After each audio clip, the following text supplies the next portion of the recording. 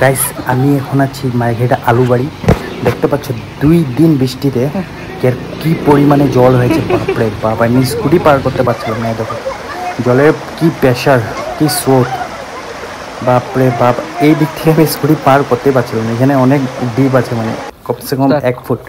আর এমন জল হয়েছে, মানুষে এই জায়গাটায় নৌকা নিয়ে এসেছে। দেখো মানুষদেরকে রেস্কিউ করা হচ্ছে, নৌকা দিয়ে রেস্কিউ করা হচ্ছিল, সকাল দিকে করা হচ্ছিল, এখন নৌকা বন্ধ করে রেখেছে। এই যে দেখতে পাচ্ছ, বাপরে বাপ। মানুষের যাদের মানে নিচু জায়গায় ঘর আছে, ওদের তো মানে মানে ঘরের টিন অবধি জল হয়ে গেছে।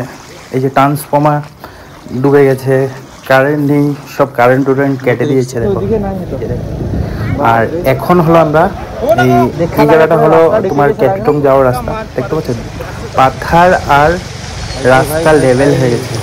এই যে আমাদের স্কুটি এত সাউন্ড করছিল, কি বলবো আর কি।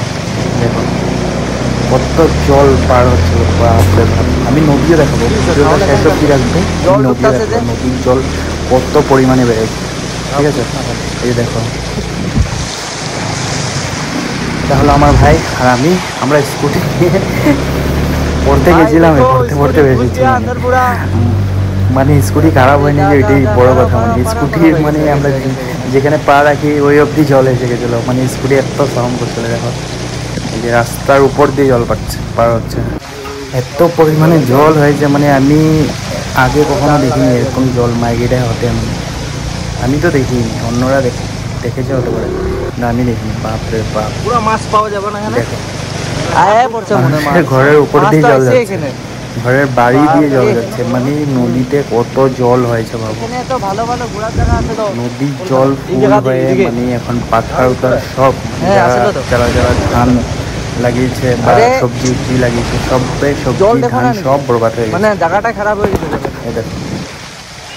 দেখেছো, দুই পাশে গাছ না থাকলে রাস্তা কোনটা পাথার কোনটা কিছুই বুঝতে পারতো না। এই যে মানুষ দাঁড়িয়ে আছে দেখার জন্য। এই যে দেখো, আর 4-5 ফুট হলে, মানে আর 2 দিন বৃষ্টি পড়লে নদী উপর দিয়ে যাবে জল। এই দেখো মাইগেটা ঘাট, যেটা ঘাটে আমি একবার গেছিলাম। তো আমরা অনেক দূর, মানে 100 মিটার দূরে গিয়ে তখন মানে তোমার এই ইসে করতাম আর কি, তোমার জল ভরাতে গেছিলাম। আমার বোনের বিয়া ছিল, তখন আমরা গেছিলাম। এখন দেখো কতটুক জল হয়ে গেছে, বাপরে বাপ। আর কয়েকদিন আগে আমি ওই পাড়ে গেছিলাম, একটা ব্লগও করেছিলাম। দেখতে পাচ্ছ টিন অবধি জল হয়ে গেছে। মানে আর 2 দিন যদি বৃষ্টি হয়, মানে মার্কেটের অবস্থা খারাপ হয়ে যাবে, এত জল হয়েছে।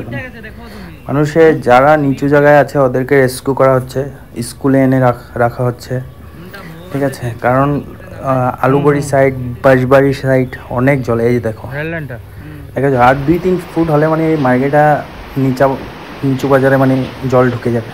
এই যে গাছ ছুঁয়ে যাচ্ছে। তো গাইস, ইনফরমেশনটা ভালো লাগলে ভিডিওটা শেয়ার করে দিবে।